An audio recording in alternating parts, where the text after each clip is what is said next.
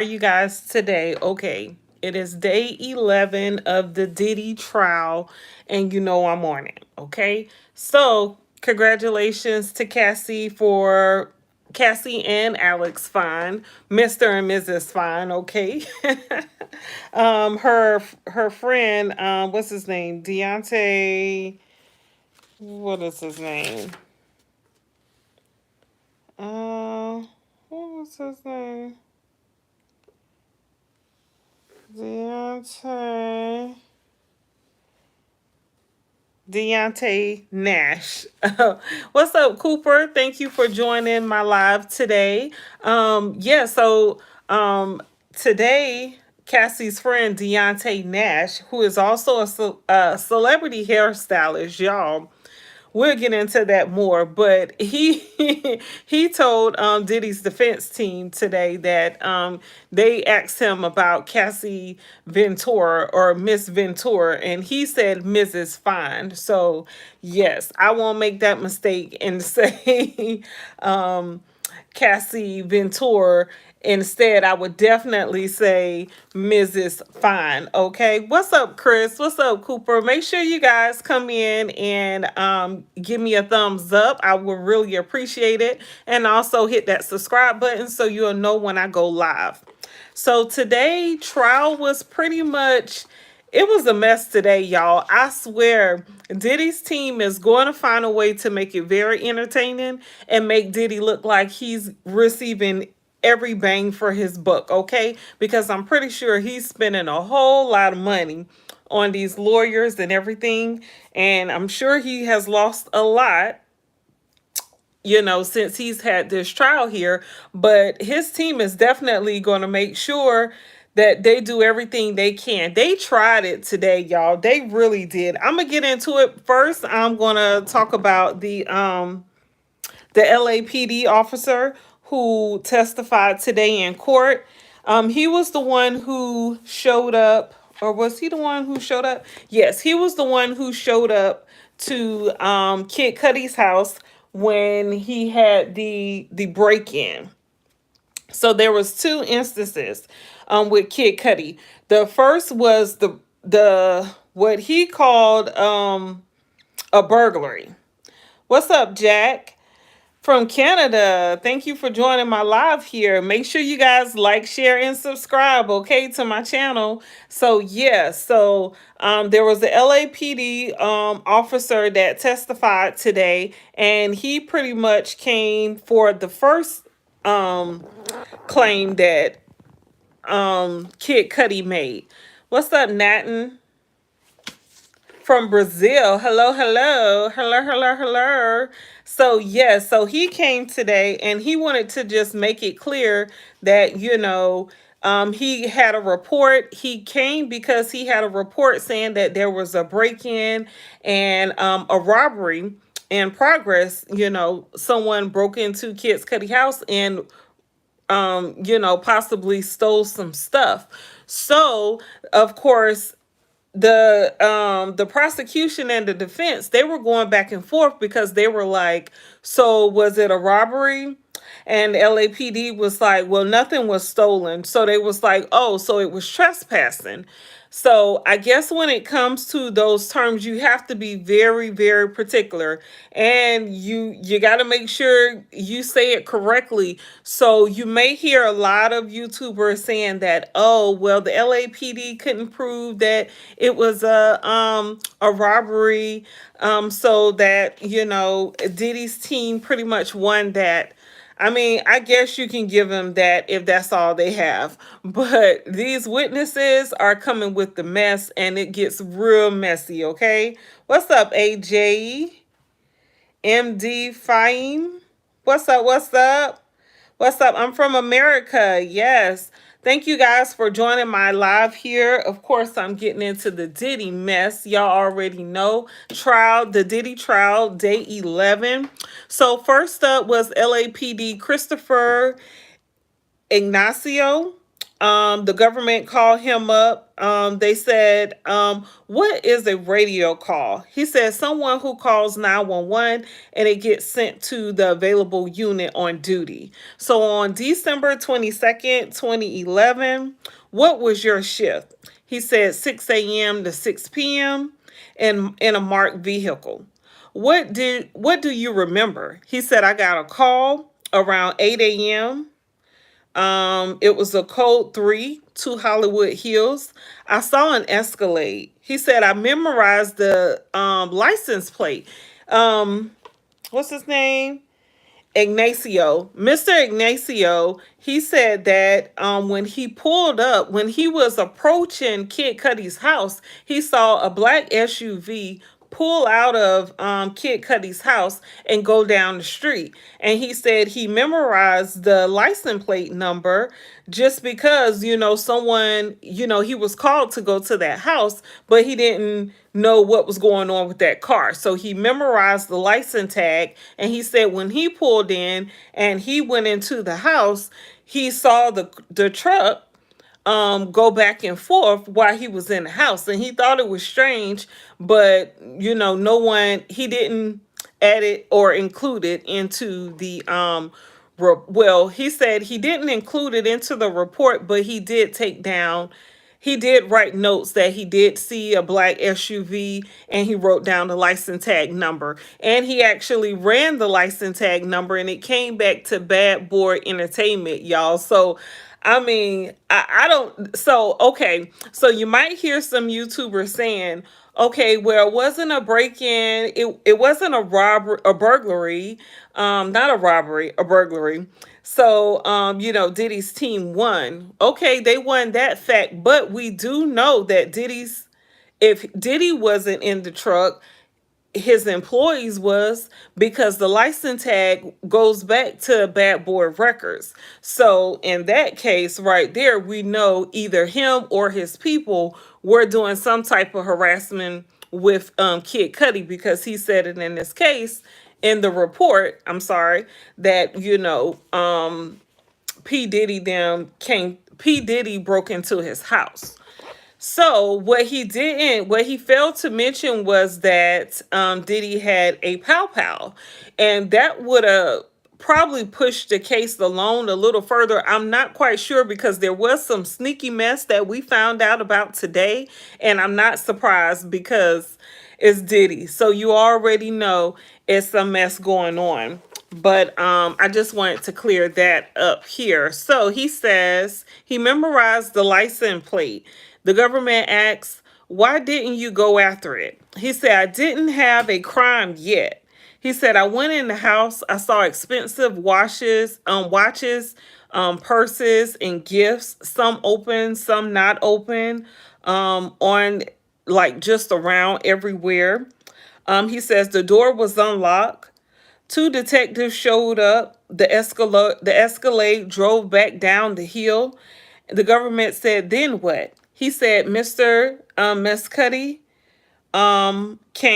drove up in his Porsche. They said, you ran the plate? He says, yes, it came back as Bad Boy Records.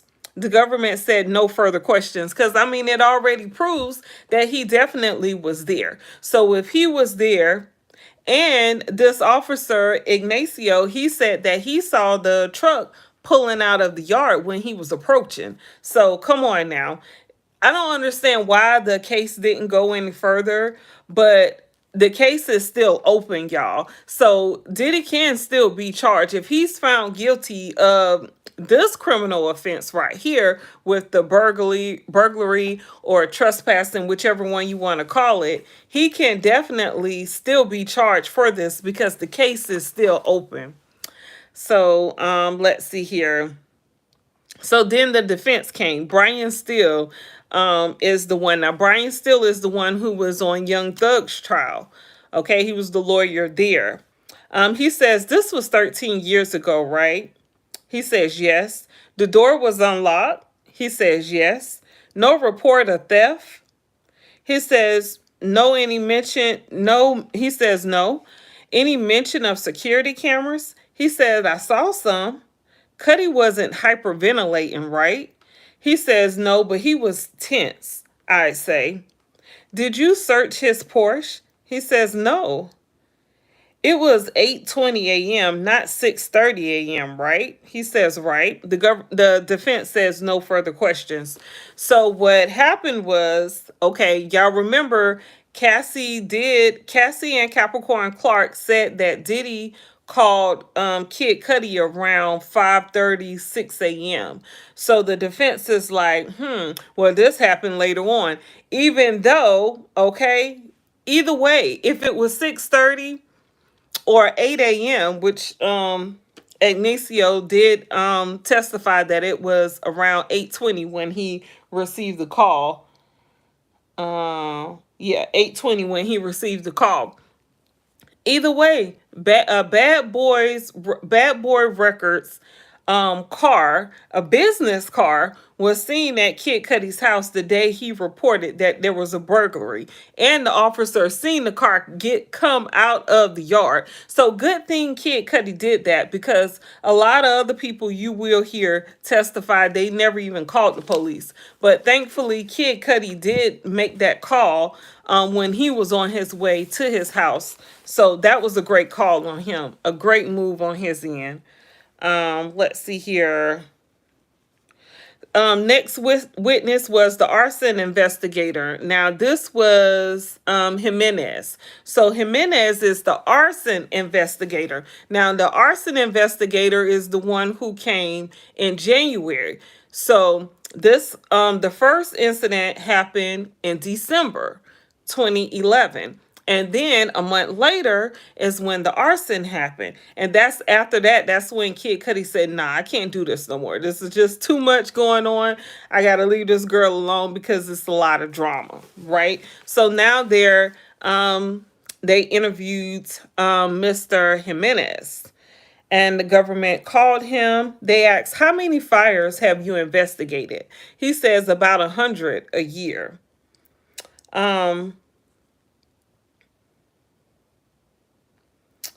Let's see here. Jimenez says he came to the house on January 9th, 2012. The government asks, did you respond as an expert to an automobile fire? He says yes. Any items found? He says yes, a bottle in the front seat, a handkerchief, and a lighter on the ground beside the driver's side door. So he said a designer, they found a designer scarf. So what happened was there was a Molotov cocktail that was made to be thrown into Kid Cudi's house. Hold on one moment.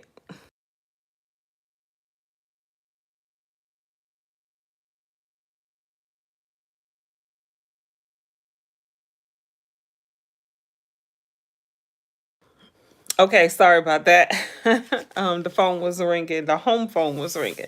So yeah, Jimenez, he testified that when he got there, of course, he saw that the roof was torn open to a Porsche. It looks like a Molotov cocktail was thrown inside of the car. They found a designer scarf. So you already know this, Diddy, okay? This them bad boy people. Because who puts a designer scarf? They couldn't even buy a cheap scarf. Like, he just used materials at the house and went and picked up a bottle real quick. So he said that, what's up, Dwight? Thank you so much for joining. I appreciate it. Yes, I hope you're doing awesome. You guys make sure you like, share, and subscribe my video here, okay?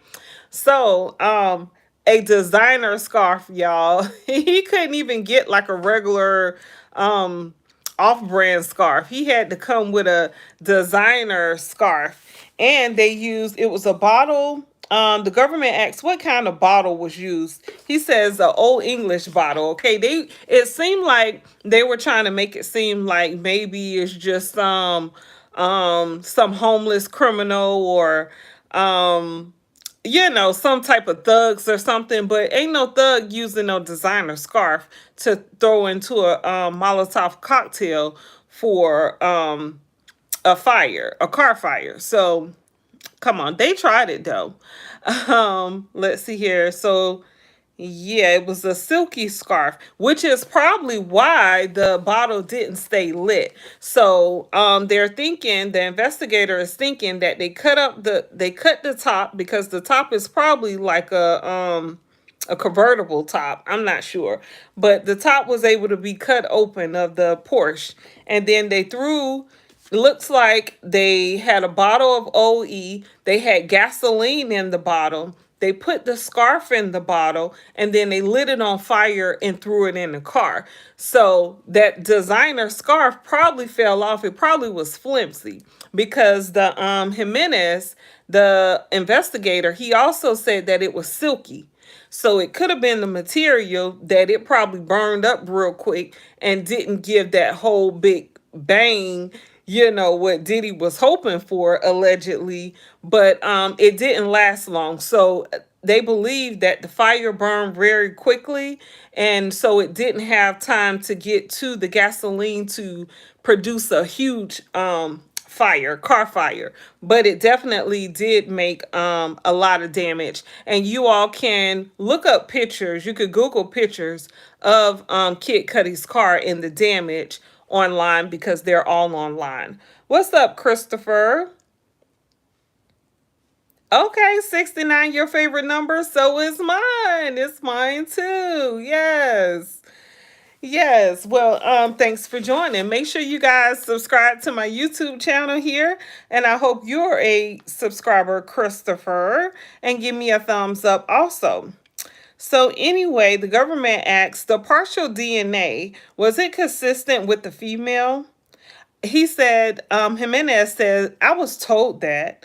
The government asks, what pop what hypnosis hip hop why I don't have it spelled right. I don't know what did you come up with? Pretty much. I don't know why I can't say that word. That's so crazy. He says that this was a targeted attempt. He said it definitely seemed like a targeted attempt. The government asks what happened to the print cards. So the print cards was when they came, they took prints. They searched for prints on everything, the bottle, the car, and everything. And the print cards came up missing, y'all.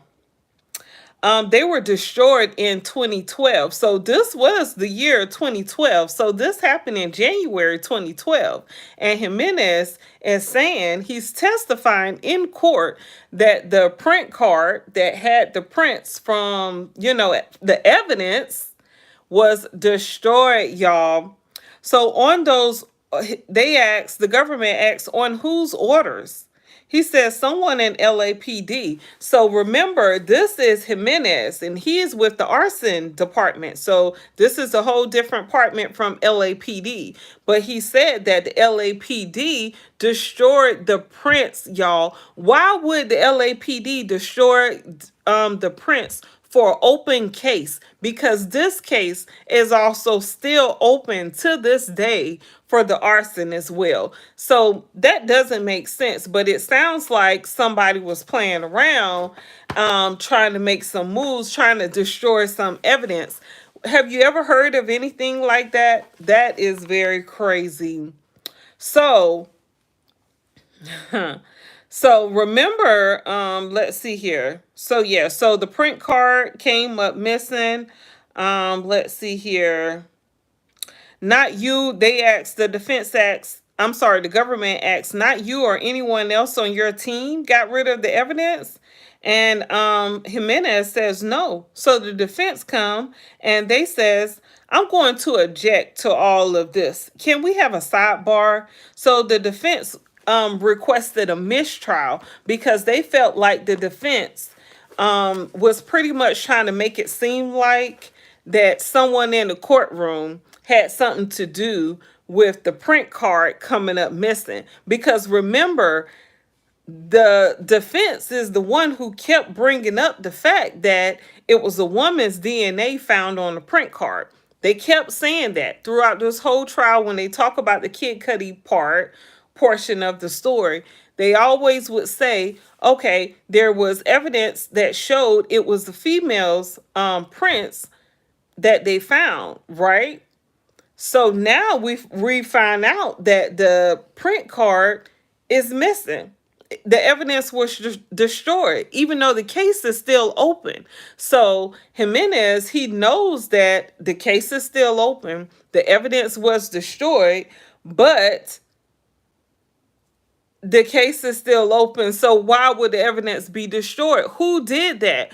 But anyway, so of course, when the government asked about the print card, and Jimenez says, yeah, the evidence is it came up missing. And the government is like, what do you mean? And then the defense says, I object to all of this right here. They're trying to imply that someone in this courtroom had something to do with the evidence coming up missing. And the government said, well, y'all were the ones who kept pointing out the fact that it was a female's prints that was found in the evidence. So what are you talking about? So Agnifilo, he is talking about, I go to request a mistrial on the basis of this. The jurors, they're not going to be able to just forget about this information right here that they just heard. So y'all, they went on and on and on. It must have lasted almost an hour. The defense really tried it. They tried it, y'all. They thought they had a mistrial just that quick. And they've been pulling stunts each and every day. They've been pulling a little stunt or two. So, I guess they just trying to make it seem like Diddy's, getting his money worth with them, because I don't know what else to say with that one. It really didn't make sense, because it's been plenty of times during this trial, and this is day 11, where they had evidence that they presented, and then the judge would tell the jury to disregard the last statement. So the defense came and they're saying, oh, well, disregard, the jury can't disregard all that information there. So I requested mistrial. And the government is like, no, you're the one who brought this evidence up. So when we question it, it's just a question. That's it. The jurors will be okay with disregarding that evidence, and we just move forward. Thankfully, the judge was like, yeah, we're not having no mistrial. You can cancel that. Go have a seat. He told the jury to disregard the last information they heard about the print cards, and then they moved on. So I'm so glad they have a judge that has some sense, because it wasn't looking good. I mean, they were going back and forth with this evidence for a while, and it was a mess. I was like, oh my goodness, what is going to happen? What's up, Jameer? Thank you so much for joining my channel here. Make sure you guys subscribe to my channel and give me a thumbs up. Hi. Yes, I appreciate you all being here. Okay, so let's see here. Which I'm pretty sure Diddy knew somebody who works with the LAPD, and they probably got rid of the evidence, because this is all alleged, and in my opinion, okay, you take it up with me, but I do feel like Diddy knows a lot of people. We know that he knows a lot of public figures, okay? He even used, supposedly, a federal agent to do the lie detector test. Allegedly, it was a federal agent. He hasn't testified on the stand, so we don't know for sure if he was actually a federal agent. But that's what the personal assistants was told when they had to go through the lie detector test process. They were told that was a federal agent that was performing the test. So we know he knows people, and he can make a lot of moves. Diddy is very powerful, and so, but whatever. Anyway, the judge wasn't having it. So let's see here. So the judge instructed the jury to disregard the fingerprint card testimony, and then the government asked Jimenez, who did you reach out to? He says Capricorn, Clark, and Cassie. Did Capricorn Clark assist? He says no. I reached out to her a number of times. He was able to get in touch with her brother. Him and her brother had a disagreement. Capricorn Clark's brother told Jimenez to stop contacting Capricorn Clark because she didn't want to have anything to do with this investigation, which was very strange to me also. I didn't know that you can say, oh, I don't want to have anything to do with this investigation. I didn't know that you can do that. Did y'all know that? I didn't know that you can have that right. I thought if an officer called you, you had to give him information. So I'm glad to know that I could choose not to give information if I don't want to. And Jimenez made a big statement and said that he wasn't sure if that was Capricorn's brother. Now, it might not have been Capricorn Clark's brother, because if you remember her testimony yesterday, she sounded like she would do anything for Diddy, almost anything for Diddy. So she could have gave them Diddy's, somebody who worked for Diddy's team number, any male, because Diddy has a lot of employees.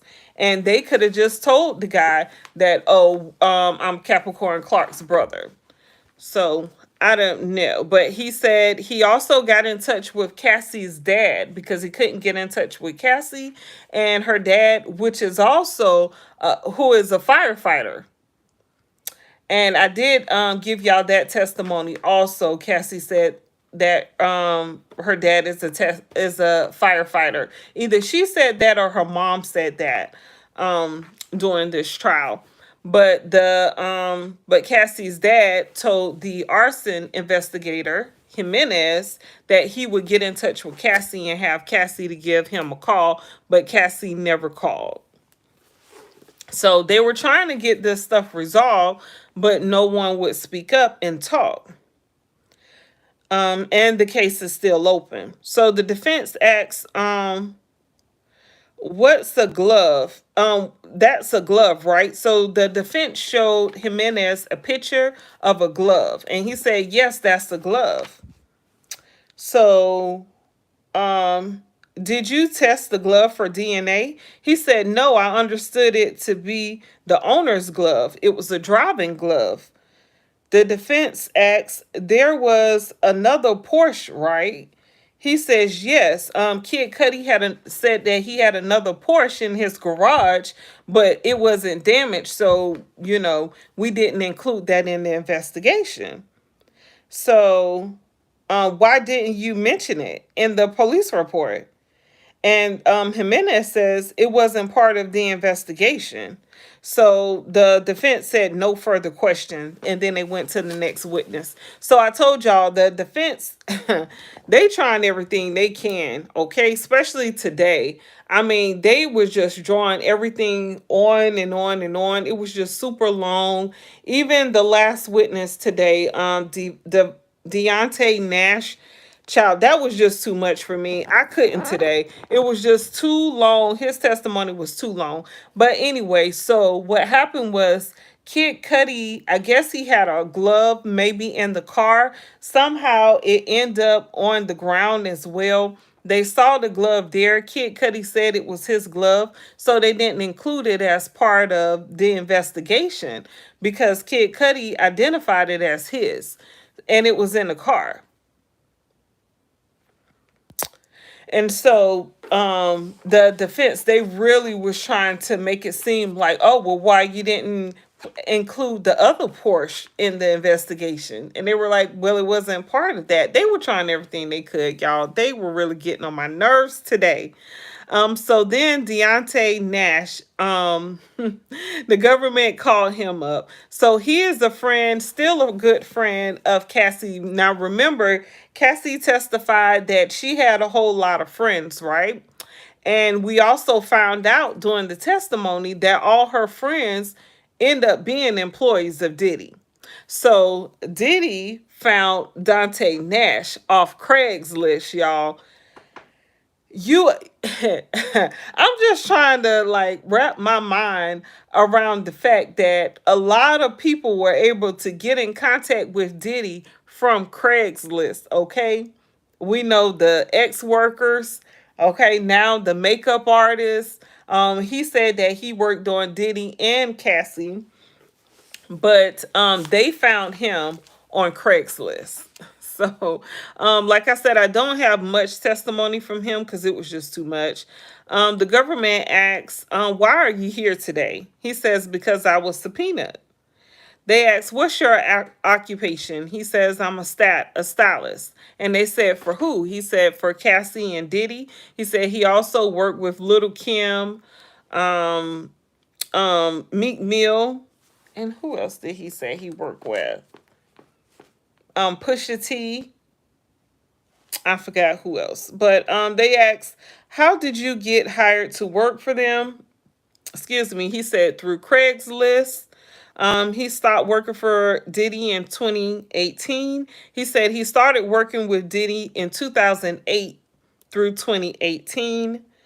They asked, "What did Diddy call Cassie?"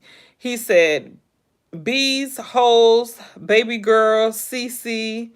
But mainly he called her the B word. And he said this would make her real sad. Did he ever make threats to her? He says yes, very often. She would get sick sometimes. Sometimes she would stay in the house for days. They asked, he would threaten to release X tapes, and Mr. Nash said yes, very often.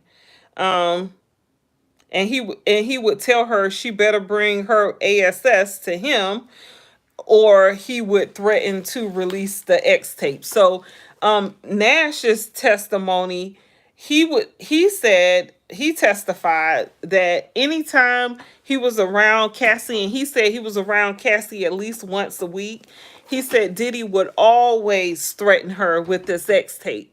So much till it got to the point where one day he told Cassie, "Well, why are you so, you shouldn't even be too worried about the X tape getting out anyway, because he on the tape also." And Cassie had to tell him, "No, he's not on the tape. He recorded me with other people."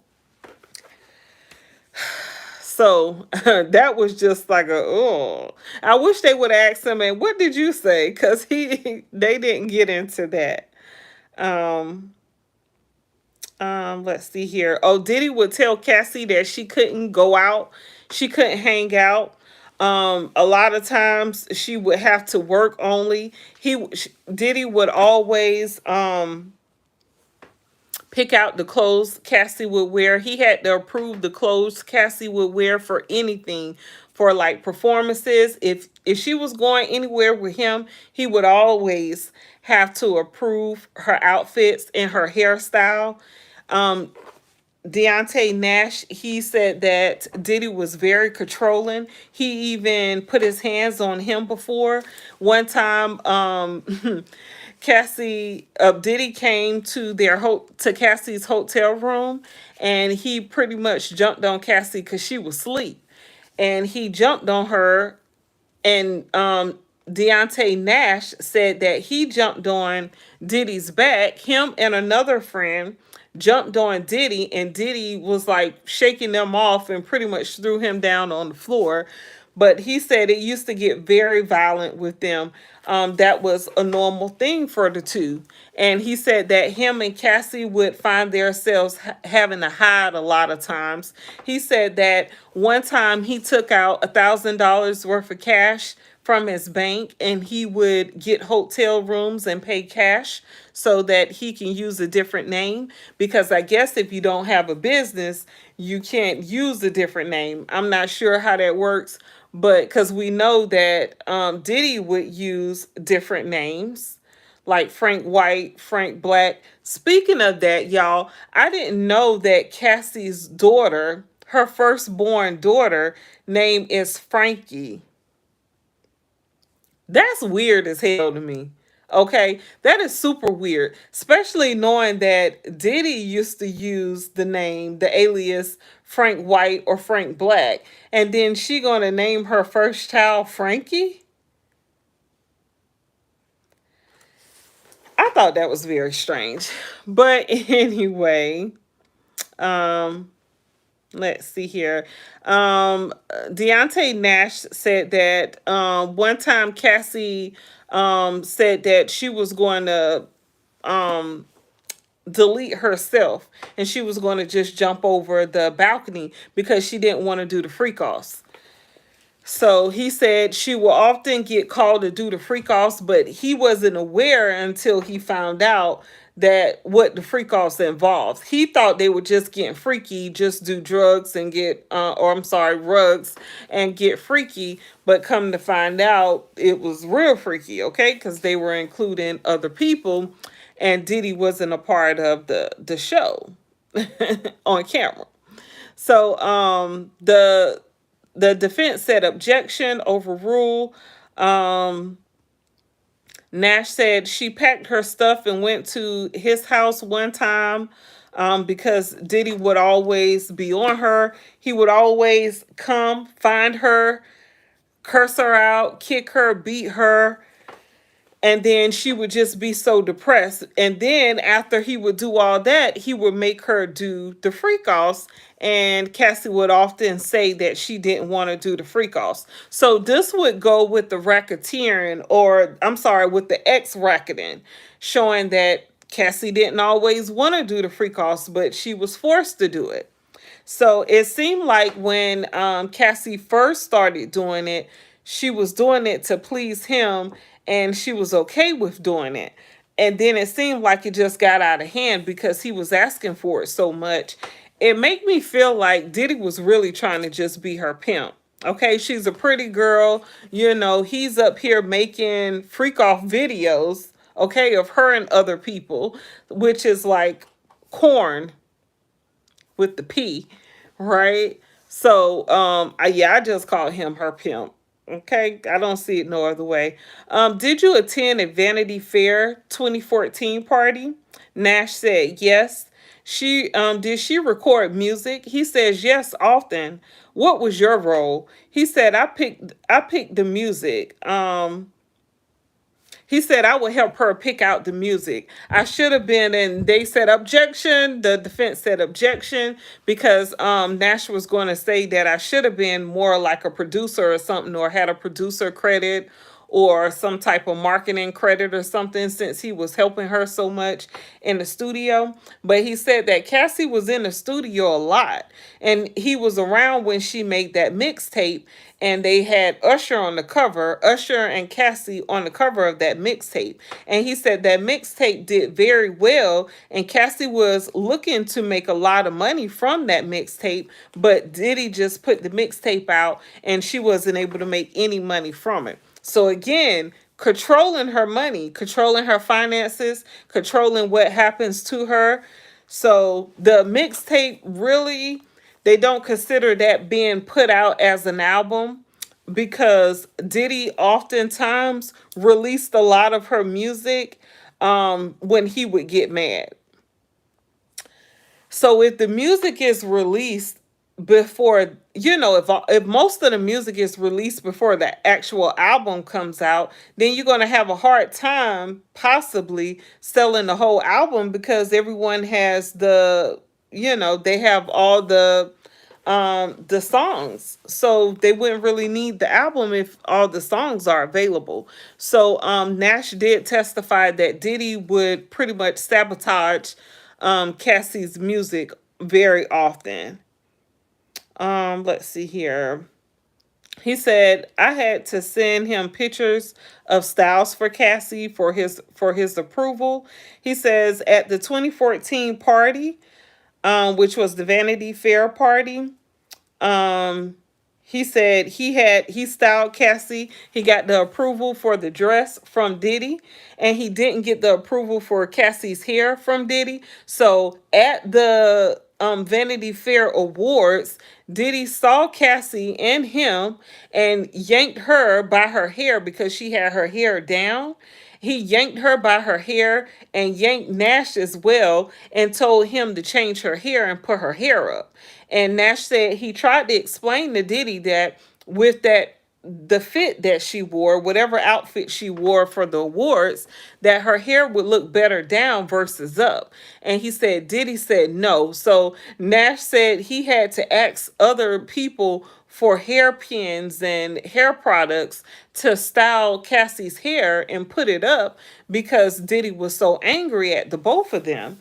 And he said at the end of that night, Diddy admitted to him that her hair would have definitely looked better if she would have wore it down. So he said, Diddy was always on rugs, very erratic all the time.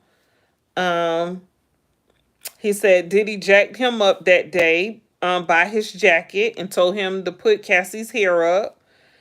Let's see here.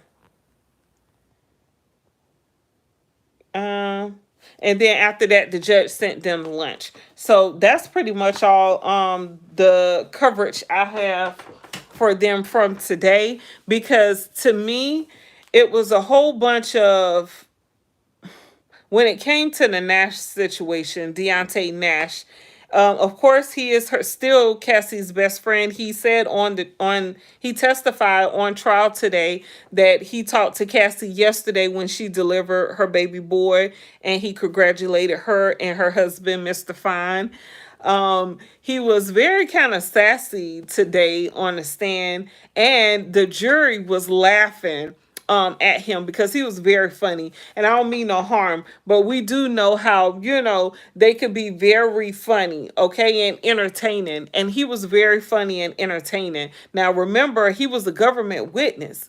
So, this does not look good for the defense, this witness here, which I was surprised that they had him on so long, asking the same old questions over and over about different performances, different times they went out. One time they went out to a gay club, and Diddy was upset with Cassie. He didn't want her to go to a gay club. She was supposed to go with Nash and Rita Ora, the singer. We haven't heard any music or anything from her, have we? She probably wanted to get up out of that music industry or something. I don't know. But anyway, Diddy had a whole fit about Cassie being out at the gay club. He called her. He was looking for her. They had to hide a lot of times in hotel rooms. And I told y'all yesterday, it sounds like Cassie did not have a house or an apartment. Like Diddy wasn't paying for her to have a place of her own. And I wonder, when did she get her place? Because she was never really home. She was never really at a place of her own. She always was at other people's houses, sleeping on their couches and stuff. Nash testified that they were at like a hotel or something, and she was sleeping on the couch. And I'm just thinking, it's given homeless. Like I just don't understand the nature of their relationship. Or I guess because everything was in Diddy's name, maybe she couldn't spend much time at the house because Diddy would be watching, and that'd be the first place he go to. So I don't know. Most of Nash's testimony today was just proving the government's point that not only was Diddy harassing Cassie and making her go places against her will to have intercourse as well, which is ex-racketing with the S and the T. Okay, that's ex-racketing. And the fact that Diddy's employees were there, because Nash testified that D-Rock was there. D-Rock saw a lot of the beatings that went on, and he would just stand by and not do anything. So that would prove racketeering. So I don't know. They, like I said, they ended court late today, which the judge was upset with the defense that they ended court an hour late today, because he sent them to lunch to their last break. and told them that we'll just testify. We'll have the testimony until 4 p.m. today, which really it could have ended at 3 because the defense said, oh, we're nowhere near done. And the judge was like, what do you mean we're nowhere near done? Like, why you sure you can't wrap this up? And they were like, no, this would we would be done with our testimony tomorrow. So Deontay Nash will be back on the stand tomorrow. I don't know what else he can say that especially that's going to help the defense, because I mean he's proven so many points with just a little bit of information I've given you all. But there is supposed to be a Mia, which is that's not her real name. They're saying she's an employee of Diddy. She worked with Diddy, and she has some testimony to prove that she overheard some information about the Kid Cudi situation as well. Mia, like I said, is an employee of Diddy. She worked with Diddy, and she was there wherever Diddy was that day. He was looking for Cassie, and she was with Kid Cudi. And then he called Capricorn Clark. Mia was with Diddy at that time, so she's supposed to be testifying to that tomorrow. And the court has already said she's going to be testifying until Friday. So we already pretty much have the lineup for the rest of the week. It'll be Deontay Nash and Mia. But again, Mia is not her real name. It's just the name that they're going by, like a Jane Doe. You know, it's like an alias for her. And I'm not quite sure why they gave her this name, but I guess we'll find out tomorrow during her testimony. But yeah, since she worked for Diddy, that's going to be very beneficial and very sufficient for the government, because remember, the government has to prove that this case is ex-racketing and it's racketeering. And so having another old employee say that she was either hit or beat, because remember, Deontay Nash, he worked for Diddy. So he was an employee, and he has testified that he was abused. Okay, and he was also scared and fearful of Diddy. He testified today also. The government asked him, um, did um, did Diddy ask you if he should surprise Cassie for her birthday? And he was like, yeah, he did. And I told him, yeah, you should. And they were like, well, why would you say that? And he said, I wasn't about to tell him he shouldn't. So, Diddy was definitely a threatening figure, and people didn't want to lose their jobs. And remember, this guy came from Craigslist, y'all, okay? Just a regular smuggler guy, okay? And just blew up just like that and was able to get around a whole bunch of celebrities. So I say that to say, fill out them applications. If y'all looking for jobs, look for them jobs everywhere you can, because you never know where your opportunity might come from, okay? Not to say that that was a good one for him, but it put him in a space to, meet a lot of people. And he wasn't the one that was actually in a relationship with Diddy, so he didn't have to deal with that full time.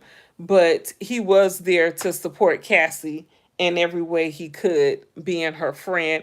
And he said he helped Cassie pick out her wedding dress. So like I said, he's still her friend to this day.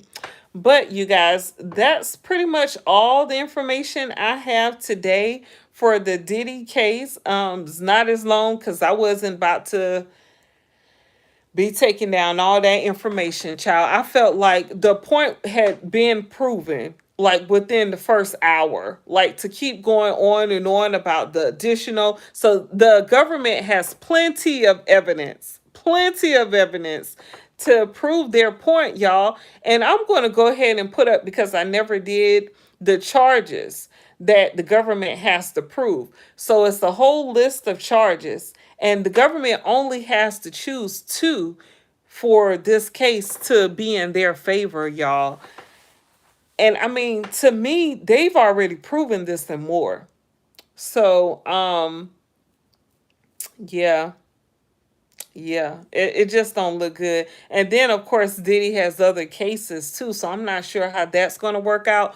Oh, one other thing. So, they're saying that allegedly Diddy money is dwindling very fast because the only money he has coming in at the time allegedly is from his jet rentals. So apparently, Diddy is still able to run his business with the jet. So he has a jet that he owns and he rents it out to people. And they're saying since Diddy has been locked up, Diddy has made like over $4 million from his rentals, his jet rentals. So, and they're saying that's pretty much the only source of income that he has coming in right now because he has no other businesses lined up. So, whew, boy, Diddy was a mogul, okay? And I remember when everybody was talking about Diddy was a billionaire, and I was like, a billionaire? Oh, y'all. So I didn't mention yesterday, but Cassie had told Capricorn Clark, and Capricorn Clark testified to it yesterday that she couldn't. She was like, Capricorn Clark said, "Why not just leave Diddy alone and date someone else?" And allegedly, Cassie said, "Well, Jay Z's taken. Who else would I date?" Y'all, when I heard that, I was like, what? Jay Z's taken. Who else would you date? So it seemed like Cassie knew her worth, okay? She definitely knew she's a very pretty girl, okay? Talented, okay, we, I don't know about all that, okay, but very beautiful. And obviously she know that she's supposed to be lined up with someone rich and powerful. And she was like, well, if I don't stay with Diddy, then Jay-Z's taken. Who else am I going to have? Like, I just thought that was mind-blowing, like, to me, because it's like, what? What? And what would make her feel like she would be able to have access to Jay-Z if he wasn't, if he wasn't taken, like if he was single, what would make her think that he would just want her? But I don't know, because he was with Aaliyah. Cassie kind of give me Aaliyah vibes, with the young, fresh face, very beautiful, very slim frame, you know, she gives me Aaliyah vibes in a way, but thankfully she was able to keep her life because a lot of people have come and gone. So Cassie is very lucky, but I'm still shocked about that. The fact that Cassie named her first child Frankie. That is super weird, super weird. I don't know about that one right there. But yeah, you guys, that's all I have for y'all about the Diddy case. Oh, okay. One more thing. I meant to come back on yesterday, but I was thinking it's really not that juicy or whatever. I'm going to just throw it out here anyway. So, Q from Making the Band, Diddy's old group, right? So Diddy had a TV show called Making the Band where he had a whole bunch of guys together, and then he got a whole bunch of girls together after that and made a group as well. But Diddy had a TV show called Making the Band, and he had an artist on Making the Band named Q. And Q was dating Dawn Richard, the one who testified. What was that, last week? She testified against Diddy. Well, Q has did an interview with some people. I think they were on YouTube. I'm not quite sure. That's alleged. But Q did an interview saying that he was headed to the Hamptons to Diddy, one of Diddy's parties, and Don gave him what he thought was the ecstasy pill. And he took the ecstasy pill, and he said she took one as well. He said within 30 minutes he fell asleep. And when he woke up, he was in Diddy's daughter's room, the twins' room, in the basement. And he said he woke up screaming, like he woke up out of his sleep just screaming and hollering. And he said Diddy was filming him with his camera, and Dawn was next to Diddy, and they were laughing. And he said he felt like they violated him in some type of way, or did something, that they wasn't supposed to do, because he said he woke up screaming. And he said he took the X pill before. He said him and Don used to take it all the time, but he thought he was just taking it so him and Don could get freaky, which didn't make sense because you're going to Diddy's house, so when y'all gonna get freaky? But anyway, I don't know. But I was thinking that, I wonder if Diddy might have did something to Q, because Q said when he woke up he only had on shorts. Now I don't know if those shorts were boxers or if they were just like shorts he had up under his pants, and then because guys sometimes wear like pants and then shorts and then boxers, or briefs or whatever. But the people who interviewed him didn't ask a lot of questions, and I was like, I wish I would have interviewed him because we would have got to the bottom of this. But anyway, Dawn Richard posted her response yesterday, and she said that, why would I do something like that to you? Because we were still in a relationship. She said that doesn't make sense. She said that would be like me saying that she said after that incident supposedly happened, they were still together. So she was like, if I did that to you, why would you stay with me? But it made me think, you stayed with Diddy after he didn't pay you. He called you out your name. He supposedly, if he didn't abuse her directly, he put her she was in proximity of others being abused, and she wasn't getting paid. So, but she stayed, and she called Diddy on a number of occasions to continue getting employment with him. So for her to say that about Q, why would you stay with me and you felt like I did something to you, that don't make sense. It's like, that don't make sense, girl. And she better hope nobody else do an interview and, get some more details, and then her behind be on trial, trying to protect herself, because it don't sound good. It don't sound good at all. What's up, Kyler? Thank you so much for joining. Yes, you guys. But yeah, it's a lot of stuff going on out here. And I know people got a lot of stories. And Cassie not telling everything. She did not tell everything. She just scratched the surface, in my opinion, because she didn't talk none about the X toys. And Deontay Nash, he testified today that he saw Cassie when she was packing her stuff to go with Diddy, she would pack X toys. Okay? Cassie didn't mention none of the X toys. She didn't mention anyone but the paid escorts that they use. But what about the celebrities? Okay? It's a lot of information that has not been put out during this trial here, and I guess it's to protect the celebrities, but it's definitely a lot more information I know they're not telling, and I really want to know the details. Okay? But I just hope more people come out and tell more stories, give more information.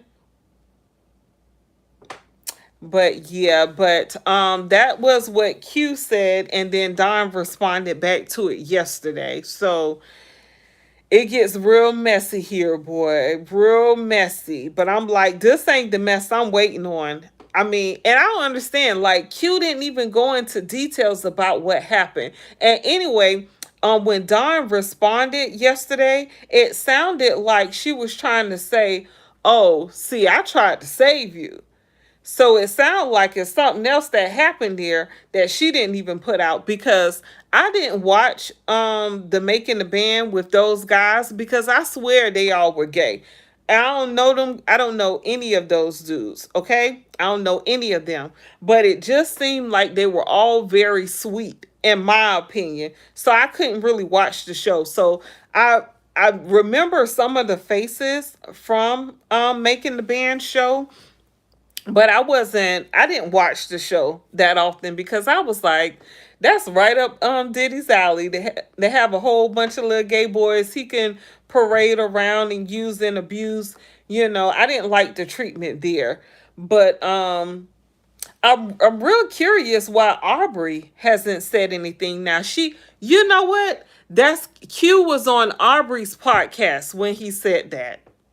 That just came to mind. Q was on Aubrey's podcast. Now Aubrey was also on Making the Band, and they made the band. They became Danity Kane, I believe. Aubrey, Dawn, and some other girls and stuff. I didn't watch them either because I just didn't. I never was a fan of Diddy like that because of the Biggie Small situation, and I feel like he has something to do with that. But yeah, I don't understand why Aubrey's not on trial.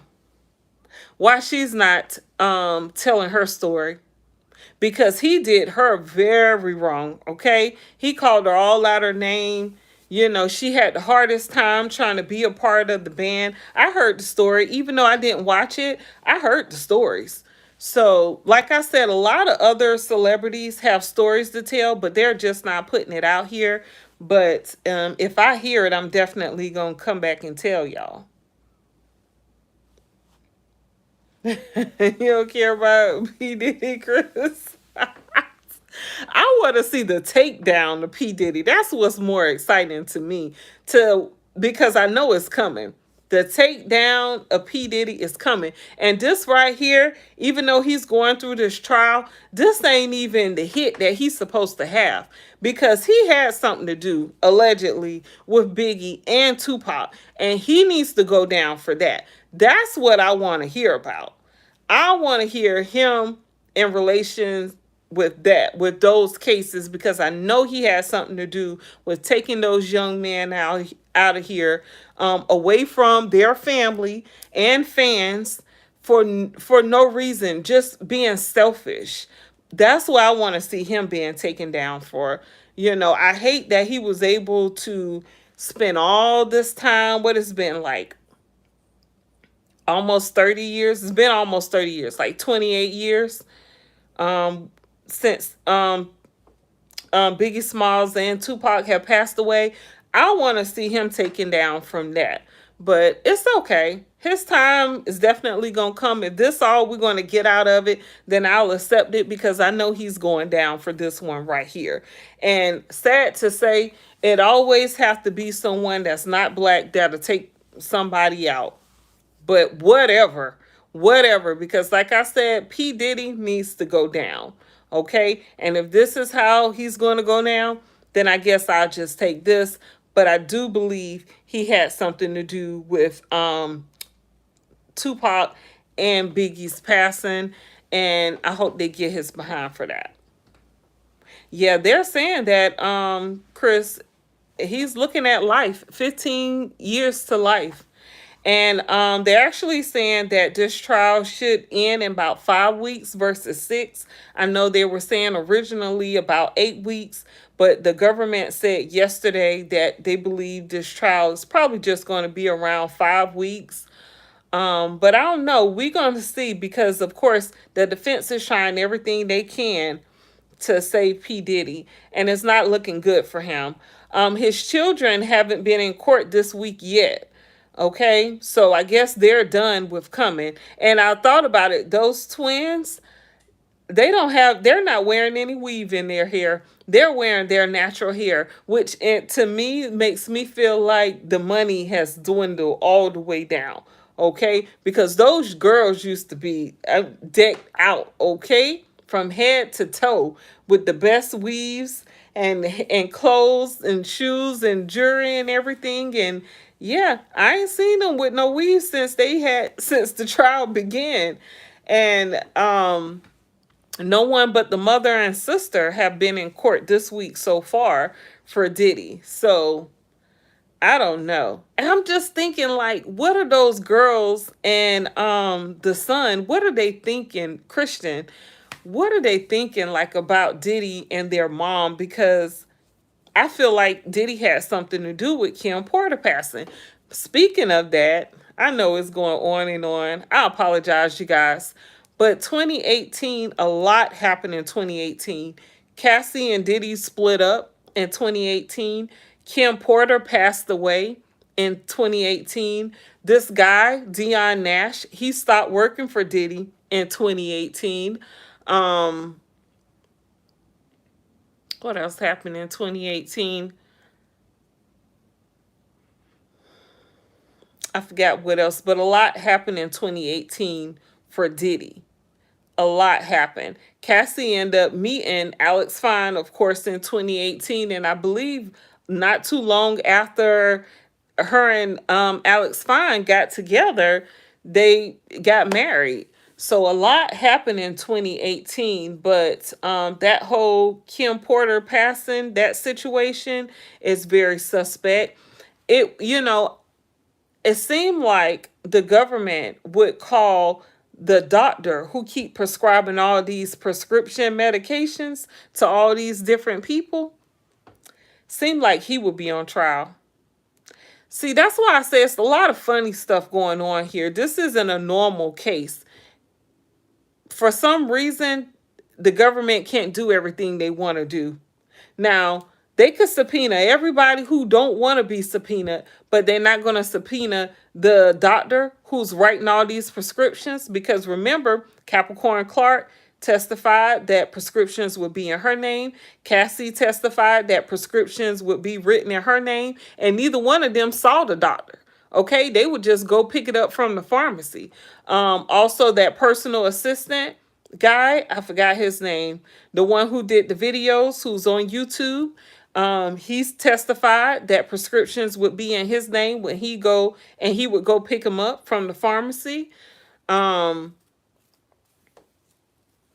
Who else? Well, we're gonna see. We're gonna see what Mia said, because I'm pretty sure she got the same story. But why isn't the doctor being called to testify?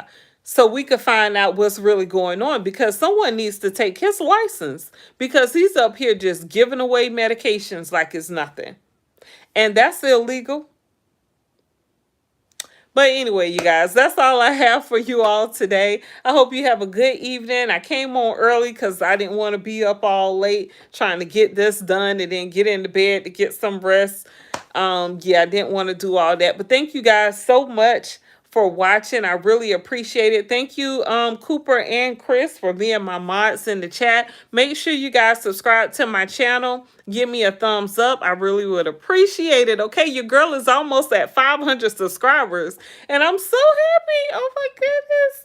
Oh my goodness. Don't make me wait too long, okay? I know you're watching. Hit that subscribe button so you can be notified when I go live, because usually it's a live. So you can get in the chat and talk with me and everything. All right. Well, peace, you guys. Have a good evening, and I'll see you guys tomorrow. All right. For another one. Peace.